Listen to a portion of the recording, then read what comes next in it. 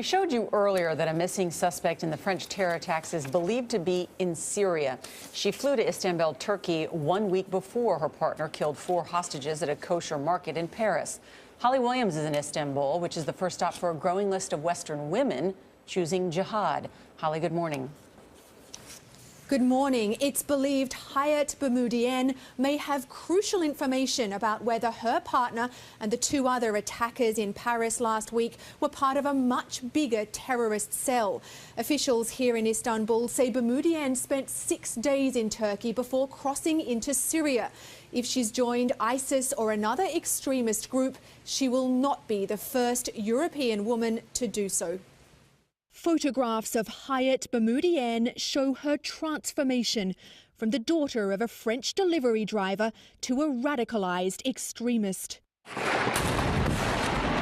If the 26-year-old is now with a jihadist group in Syria, she joins scores of young Muslim women from Europe who have travelled to the war-torn country to join ISIS and Al-Qaeda.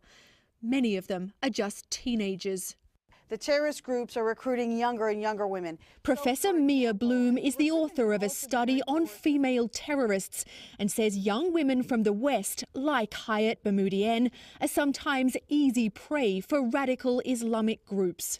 They can't read Arabic. They can't go to the original sources. They can't put up a fight when someone says, oh yes, this is permitted in the Quran. They don't know to say, no, it's not.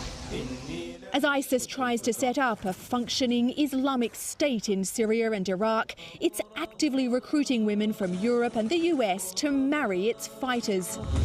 In this recruitment video aimed at women, ISIS stresses homely pursuits like sewing and cooking. But historically, there are many examples of women playing more violent roles.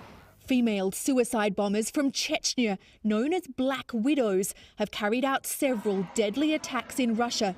And women from Sri Lanka, Iraq and Nigeria have done the same. You get a lot more media coverage when it's a female terrorist than when it's a male terrorist. And as a result, the terrorist groups know this. They get a lot more bang for their buck if they use a woman.